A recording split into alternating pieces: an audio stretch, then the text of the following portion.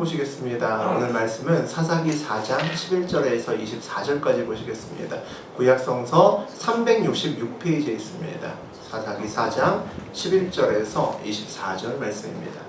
저하고 여러분이 한 절씩 교독하겠습니다. 제가 먼저 11절 읽겠습니다. 모세의 장인 호밥의 자손 중 겐사람 헤벨이 떠나 게데스에 가까운 사안한 섬 상수리 나무 곁에 이르러 장막을 쳤더라. 아비노함의 아들 바락이 가볼산에 오른 것을 사람들이 시스라에게 알림해 시스라가 모든 병거 곧 철병거 900대와 자기와 함께 있는 모든 백성을 하루셋 학고임에서부터 기송강으로 모으니라. 드보라가 바락에게 이르되 일어나라 이는 여호와께서 시스라를 내 손에 넘겨주신다니라. 여호와께서 너의 앞서 나가지 아니하시느냐 하는지라. 이에 바락이 10,000명을 거느리고 다볼 산에서 내려가니 여호와께서 바락 앞에서 시스라와 그의 모든 병거와 그의 온 군대를 칼날로 혼란에 빠지게 하시매 시스라가 병거에서 내려 걸어서 도망한지라. 바락이 그의 병거들과 군대를 추격하여 하루셋 학고임에 이르니 시스라의 온 군대가 다 칼에 엎드려졌고 한 사람도 남은 자가 없었더라. 시스라가 걸어서 도망하여 겐사람 헤벨의 아내 야엘의 장막에 이르렀으니 이는 하솔과 야빈과 겐사람 헤벨의 집 사이에는 화평이 있음이라. 야엘이 나가 시스라를 영접하며 그에게 말하되 나의 주여 들어오소서. 내게로 들어오시고 두려워하지 마소서 하매 그가 그 장막에 들어가니 야엘이 이불로 그를 덮으니라. 시스라가 그에게 말하되 청하노니 내게 물을 조금 마시게 하라. 내가 목이 마르다 하매 우유 부대를 열어 그에게 마시게 하고 그를 덮으니 그가 또 이르되 장막문에 섰다가 만일 사람이 와서 내게 묻기를 여기 어떤 사람이 있느냐 하거든 너는 없다 하라 하고 그가 깊이 잠드니 헤벨의 아내 야엘의 장막 말뚝을 가지고 손에 방망이를 들고 그에게로 가까이 가서 말뚝을 그의 관자놀이에 박음에 말뚝이 꿰뚫고 땅에 박히니 그가 기절하여 죽으니라.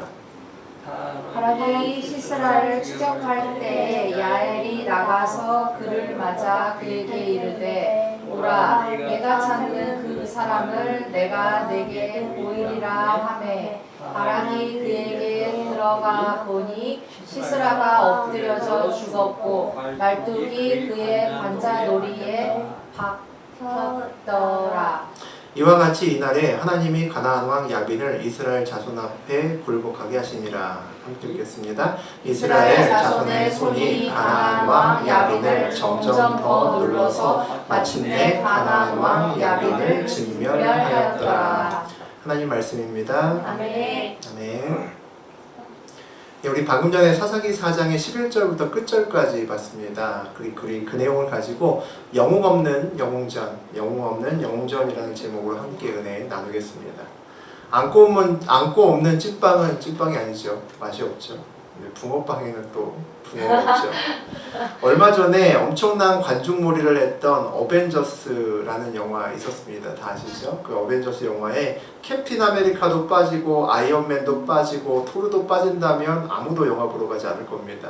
무엇보다 악당인 타노스를 이길 수 없겠죠.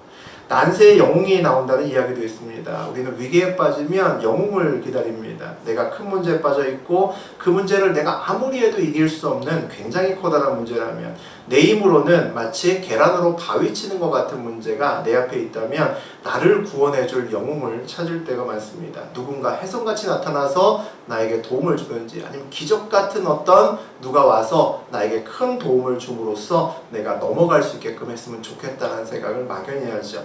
그렇게 해서 계속 내 삶에 어려움이 있고 계속 초조해지다 보면 지푸라기라도 잡으려고 합니다. 그러다 보면 악수를 드는 경우가 많습니다. 대부분 우리가 잡는 그 지푸라기는 보통은 정말 지푸라기죠. 지푸라기 잡다가 내가 오히려 더 어려운 일에 빠지는 경우가 더 많습니다. 우리 지난 시간에 이어서 우리 그 드보라에 대한 하편입니다. 지난 시간에 상편이고 오늘 하편에서 실제로 이제 바락과 그 다음에 드보라의 전쟁, 야빈과의 전쟁에 해당되는 시스라의 전쟁에 해당되는 이야기가 오늘 함께 있습니다. 먼저 우리 12절 함께 읽어보겠습니다. 아비노함의 아들 바락이 다볼산에 오른 것을 사람들이 시스라에게 알리매. 시스라의 입장에서 굉장히 황당한 소문이 들립니다. 20년 동안 정말 마음대로 괴롭혔습니다. 마음 놓고 그냥 괴롭혀도 찍소리도 못했던 이스라엘 백성들이 어느 날 싸우겠다고 다볼산에 올라갔다는 아주 황당하고 놀라운 이야기를 듣습니다. 쥐도 코너에 몰리면 고양이를 무는 것인가 이런 생각이 들었을 겁니다. 계란으로 바위를 쳐봐야 손만 아플 텐데 정말로 싸우겠다고 올라간 건지 아마 다시 한번 물었을 것 같습니다. 철병거 900대를 눈앞에 두고 10,000명이 올라갔다. 시스라가 웃었을 겁니다. 시스라에게 올라간 보고에는 바락이 다볼산에 올랐다라는 내용을 듣는 거죠. 드보라는 언급도 없습니다. 그냥 바락이 앞서서 10,000명을 데리고 올라갔다는 이야기만 있죠. 바락이 10,000명의 사람을 데리고 다벨산으로 올라갔다는 이야기에서 우리 지난 시간에 6절을 잠깐 봤었죠. 너는 납달리 자손과 스불론 자손 10,000명을 거느리고 다볼산으로 가라. 여기서 10,000명은 잘 훈련된 군사가 아닙니다. 그냥 백성들 10,000명을 데려간 겁니다.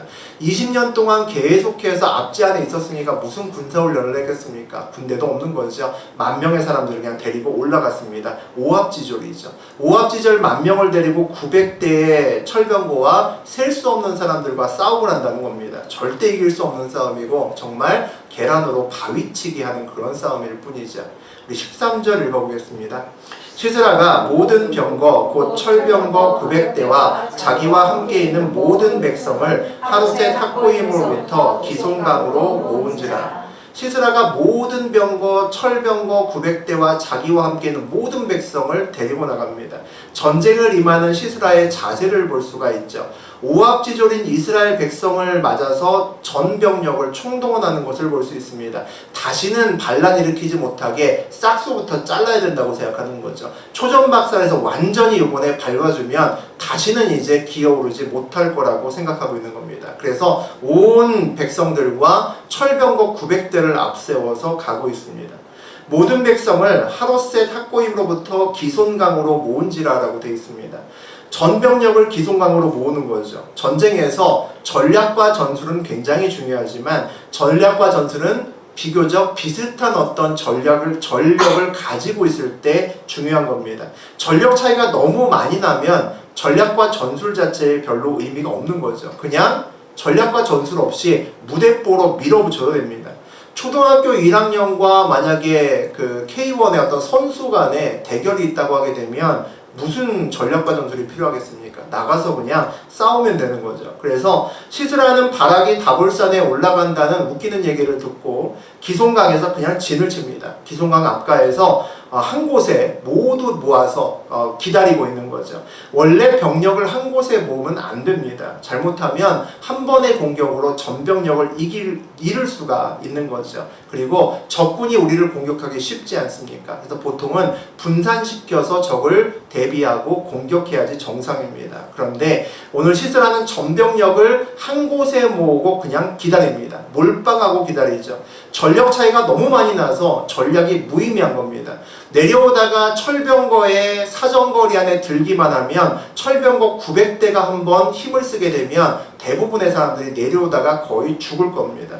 여유있게 철병거 900대를 배치하고 커피 한잔 하면서 기다리고 있는 그런 모습입니다. 14절 함께 읽어보겠습니다. 드보라가 바락에게 이르되 일어나라. 이는 여호와께서 시스라를 내 손에 넘겨주신 날이라. 여호와께서 너를 앞서 나가지 아니하겠느냐 하신지라. 이에 바락이 10,000명을 거느리고 다볼산에서 내려가니 일어나라. 이는 여호와께서 시스라를 내 손에 넘겨주신 날이다 라고 드보라가 벼락같이 정말 소리를 칩니다. 분명히 드보라의 눈에도 기송강가에서 떡하니 버티고 있는 900대의 철병거가 보이는 것은 마찬가지일 겁니다.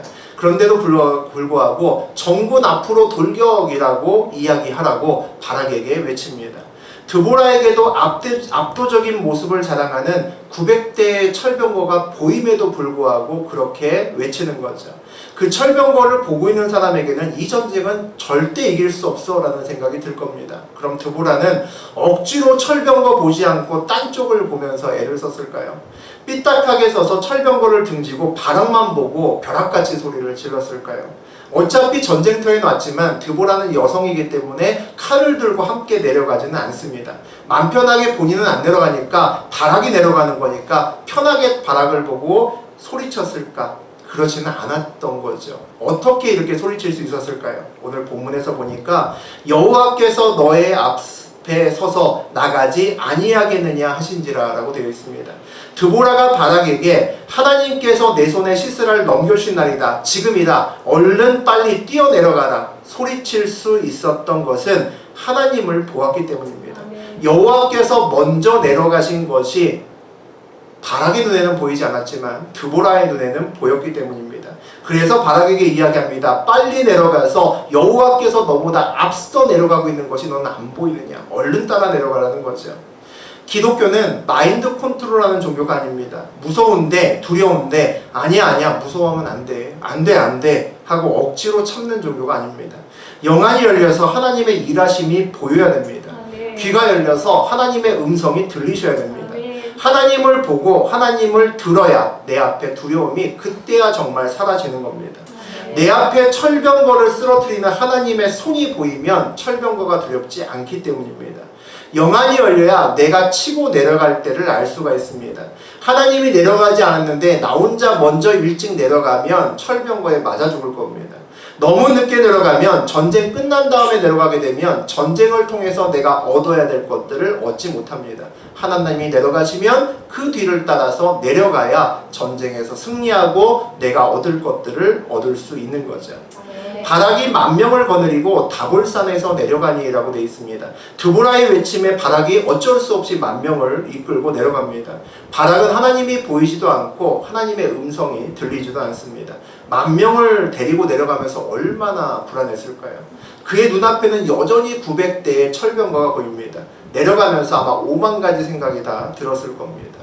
우리 15절 한번 볼까요? 여호와께서 바락 앞에서 시스라와 그의 모든 병거와 그의 온 군대를 칼날로 혼란에 빠지게 하심에 시스라가 병거에서 내려걸어서 도망한지라.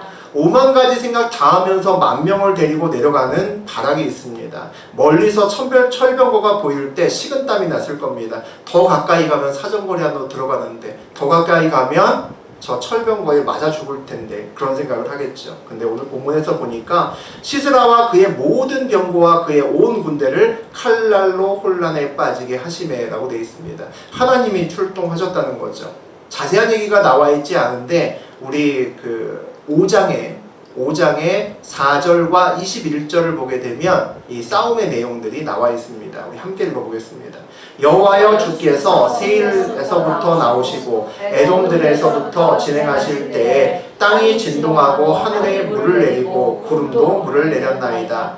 기송강은 그 무리를 표류시켰으니 이 기송강은 옛강이라. 내 영혼아 내가 힘있는 자를 밟았도다. 전쟁의 상황에서 갑자기 폭우가 내렸던 겁니다. 기송강의 수량이 갑자기 불어나서 범람해서 시스라의 군대를 덮쳤다는 거죠. 순식간에 불어난 물 때문에 철병거도 아무 의미가 없어지고 병사들도 떠내려갔다는 겁니다. 드보라는 아마 외치기 전에 갑자기 마른 하늘에 갑자기 먹구름이 끼면서 천둥 번개가 치고 비가 쏟아지는 것을 보았을 겁니다. 그 앞이 보이지 않게 갑자기 쏟아지는 장대비 속에서 드보라는 하나님의 음성을 듣거나 하나님의 임재를 느꼈을 겁니다. 그래서 드보라가 빨리 내려가라. 여호와께서 너보다 앞서 나가고 있다라고 자신 있게 외칠 수 있었던 거죠. 하나님을 보았다는 겁니다. 시스라가 병거에서 내려 걸어서 도망한지라 라고 되어 있습니다. 시스라가 자기의 900대의 병거가 이렇게 허무하게 무용지물이 될 줄 어떻게 알았겠습니까? 전쟁에 져서 그렇게 자랑하고 이제던 병거에서 내려서 걸어서 도망갈 줄은 몰랐을 겁니다. 하나님은 우리가 믿는 것들 어떤 것, 하나님의 믿는 어떤 것도 무용지물이 되게 만들면서 우리가 누구를 의지해야 되는지를 보여주실 때가 있습니다. 반대로 적이 믿고 있던 것도 무용지물로 만드십니다. 그래서 하나님의 백성이 아무것도 하나님 외에는 두려워할 필요가 없다라는 것을 보여주시기도 하십니다. 철제 탱크도 믿을 만한 것이 못 된다라는 거죠. 전쟁에서 이기는 비밀이 있습니다. 내 앞에 있는 철병거가 나를 대적하는 것이 아니라 하나님을 대적하게 만드셔야 됩니다. 내 앞에 있는 문제가 내 문제가 아니라 하나님의 문제로 만드셔야 됩니다. 내 앞에 있는 장애물이 하나님의 걸림돌이 되도록 만드셔야 됩니다. 내가 도와달라고 하는 것이 아니라 오늘 본문처럼 하나님께서 스스로 나보다 먼저 달려가시게 만드셔야 된다는 거죠. 오늘 본문에서 보니까 여호와께서 바락 앞에서라고 되어 있습니다. 오늘 여호와께서 바락 앞에서 하나님이 출동하면 어떻게 되는지를 보여주십니다. 바락 앞에서라고 하는 것은 두 가지 의미를 갖고 있죠. 바락보다 먼저 가셔서 일하신다는 의미가 있습니다. 또 하나는 바락의 눈앞에서 하나님이 일하시는 것을 보여주신다는 의미가 있죠.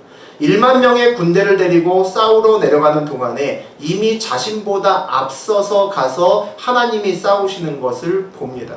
이 놀라운 장면을 보는 바락의 기분은 어떨까요? 아마 놀라운 개입에 입을 다물 수 없었을 겁니다.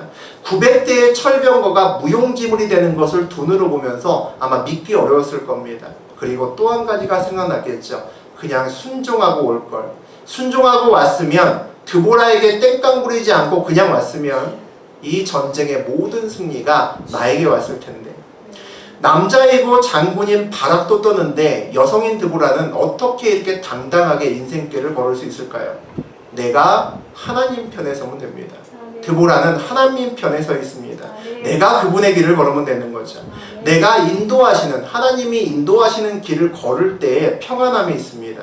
내 앞에 장애물이 있어도 걱정되지 않습니다.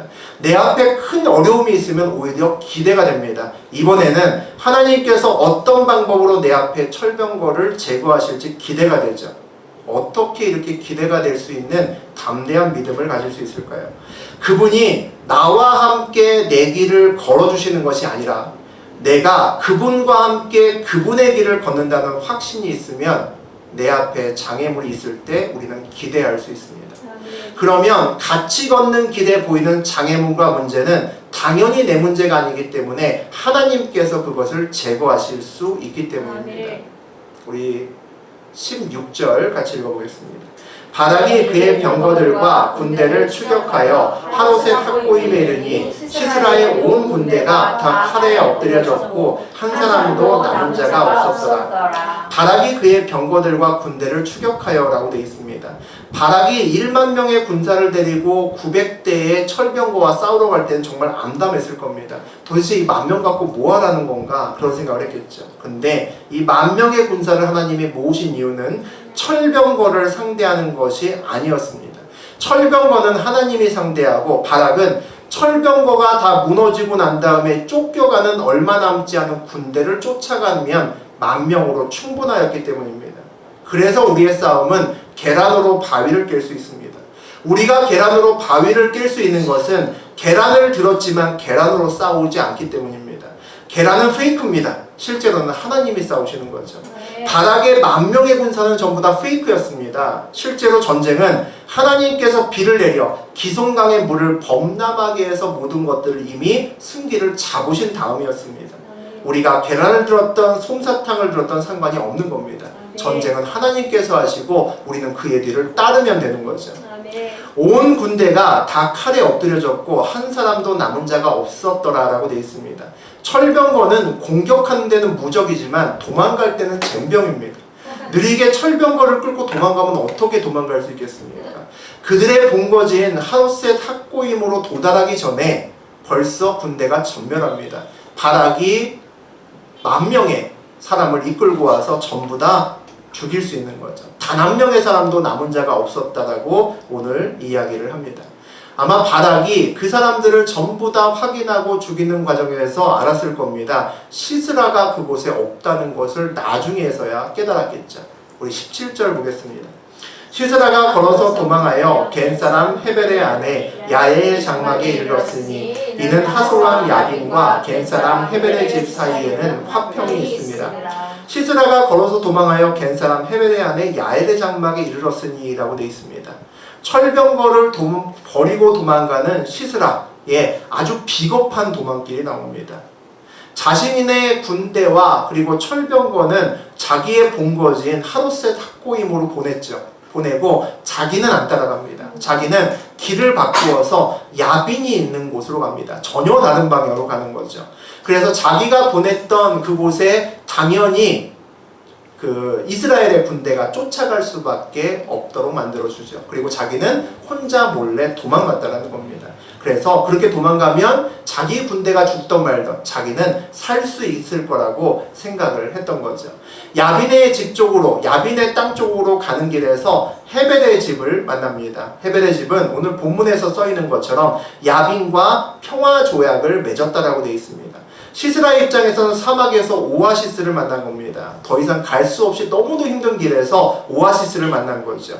질 수 없었던 싸움에서 대패를 하고 걸어서 도망가다가 하벨의 집을 보았을 때 야, 이제 살았구나 싶었을 겁니다. 우리 18절과 19절 읽어보겠습니다. 야엘이 나가 시스라를 영접하며 그에게 말하되 나의 주여 들어오소서 내게로 들어오시고 두려워하지 마소서 하매 그가 장막에 들어가니 야엘이 이불로 그를 덮은지라. 시스라가 그에게 말하되 청하노니 내게 물을 조금 마시게 하라. 내가 목이 마르다 하매 우유 부대를 열어 그에게 마시게 하고 그를 덮으니. 하벨의 아내 야엘이 맞이합니다.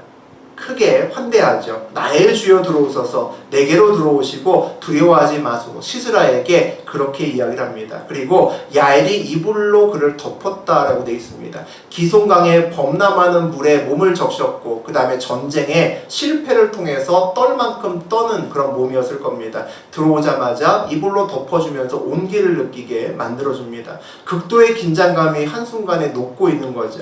시스라가 그에게 말하되 청하노니 내게 물을 조금 마시게 하라. 내가 목마르다 라고 되어 있습니다. 세상에 무서울 것 없고 두려울 것 없던 그 시스라 장군의 초라한 모습입니다. 어느 집에 들어와서 여봐라 걔 없느냐 물 좀 갖고 와라 라고 해도 시원치 않을 판에 내게 물 조금만 줄 수 있겠어. 내가 목이 많이 말라서 그러고 이렇게 얘기를 하는 겁니다. 초라한 폐잔병 장군의 모습을 볼 수 있는 거죠.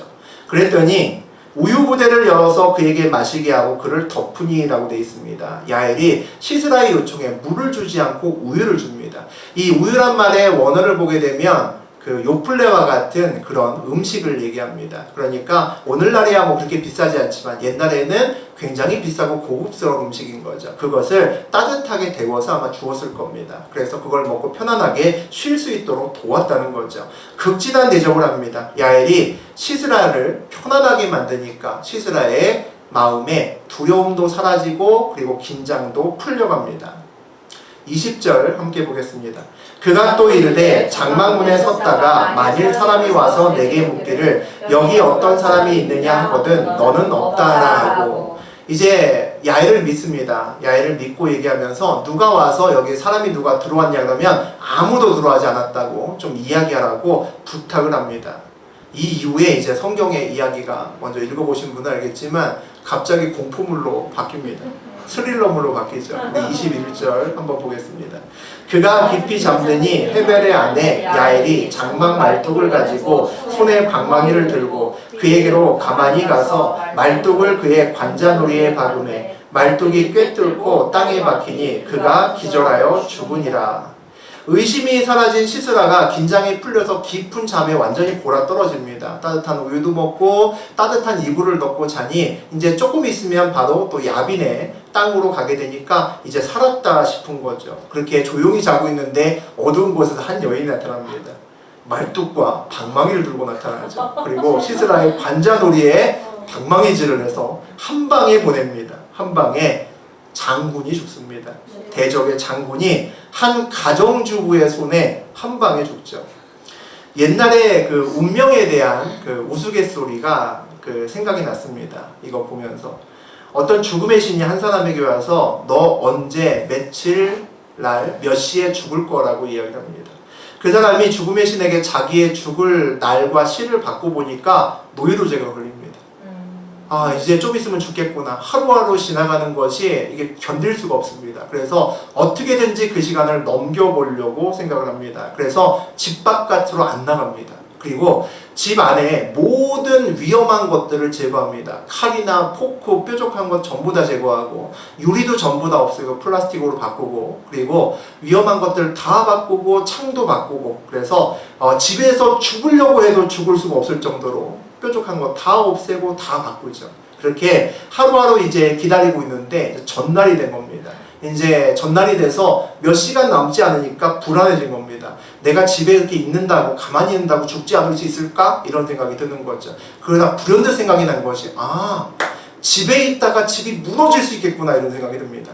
그래서 자기가 죽는 시간이 되기 전에 나옵니다. 나와서 열심히 들판으로 뛰어갑니다. 뛰어가서 집과 가능한 멀어지는 거죠. 이곳에 있으면 안전할 거다. 쉬지 않고 엄청나게 먼 곳을 달려갑니다. 이제 시계를 보니까 자기가 죽는 시간이 10분밖에 남지 않았습니다. 야, 이제 됐다. 이 들판에 아무것도 없고 이제 여기서 내가 10분만 버티면 이제 내가 살 수 있겠구나 라고 거기에 철퍼덕 주저앉습니다. 그랬더니 그 옆에 죽음의 신이 얘기를 합니다. 아, 나 자네가 여기까지 안 오면 어떡하나 굉장히 걱정했어. 자네 집하고는 너무 멀리 떨어져 있어서 혹시 여기까지 안 오면 어떡하지 걱정했는데 여기까지 와서 고맙네 라고 기다렸다는 겁니다. 운명의 신은 피할 수 없다라는 이야기죠. 사람들이 만든 이야기입니다. 사람이 만든 신도 그러한데 하나님을 누가 피할 수 있겠습니까? 오늘 시세라는 자기 목숨을 부지하기 위해서 머리를 정말 비상하게 돌립니다. 순간적인 기재를 발휘해서 자기의 군사들과 병거, 부하들과 병거는 원래 본거지로 몰고 글로 가라고 명령을 내리고 자기만 살짝 다른 쪽으로 도주를 합니다. 아무도 자기가 그쪽으로 몰래 도망가리라고는 생각지도 못했을 겁니다. 그리고 가다가 아주 우연히 야빈과 평화를 맺은 하벨의 집을 만나죠. 그곳에 들어가니까 마침 또 남자가 없습니다. 헤벨이 있었으면 불안했을 겁니다. 남자가 나를 어떻게 할지 모르니까. 근데 가녀린 여자만 있는 겁니다. 그래서 안심하고 쉴 수 있었습니다. 긴장이 풀리고 깊은 잠을 잤는데 다시는 깨어나지 못하는 잠이죠. 여자는 무섭습니다. 잘 때 조심해야 되죠. 관자놀이를 조심해야 될지 모르겠습니다. 이 하벨의 집이, 그런데 재밌는 것은 원래 이곳에 있던 집이 아니었다는 겁니다. 참 재밌죠. 오늘 11절에 안 읽었던 첫머리에 보게 되면 이런 말이 나와요. 겐사람 헤벨이 떠나 게네스에 가까운 사하나님 상수리 나무 곁에 이르러 장막을 쳤더라. 원래 이곳에 살던 사람이 아니었다는 겁니다. 원래 이곳에 살던 사람이 아니었는데 이 사건이 일어나기 얼마 전에 일로 이사 왔다는 이야기죠. 하나님께서 작정하시고 시스라를 죽이려고 결심하셨다는 겁니다. 그래서 드보라의 예언처럼 한 여인의 손에 넘기기 위해서 야엘을 이미 준비해서 그 길목을 지키고 계셨다는 겁니다. 그럼 시스라는 도망가서 간 길이 아까 제가 우스갯소리로 죽음의 신 얘기를 했던 것처럼 그 자리에 정확히 가서 있었다는 거죠. 아마도 보통 여인이 아니었을 겁니다. 야엘은 이 일을 위해서 하나님께서 준비시키신 여성이었기 때문이죠. 아무리 도망가도 피할 수 없는 하나님의 손을 우리가 볼 수 있습니다. 우리 22절 보겠습니다.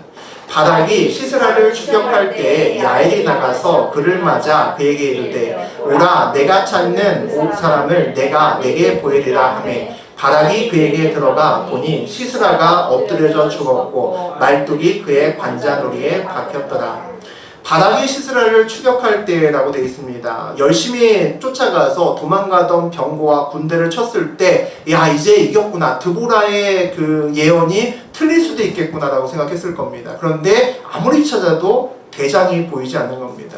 대장을 죽여야 전쟁이 끝나는 거고 고대의 전쟁은 대장을 죽이는 사람이 가장 큰 영광을 가져가게끔 되어 있습니다. 다른 사람 다 죽이고 나서도 대장이 없으니까 허탈했을 겁니다. 그 다음부터 정신없이 주변을 뒤지면서 시스라를 찾아서 여기까지 온 겁니다.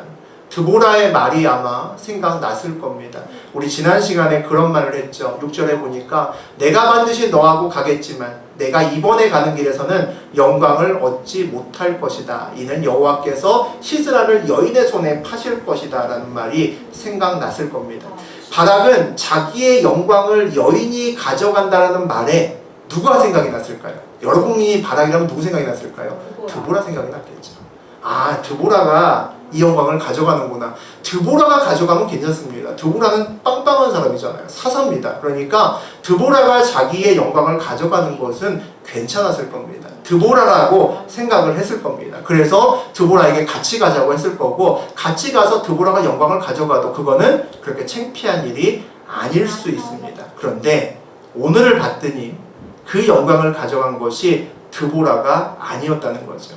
드보라가 아니고 한 가정주부였습니다. 가정주부 여인이었고, 야엘은 또 이스라엘 사람이 아니라 이방인이었다는 거죠.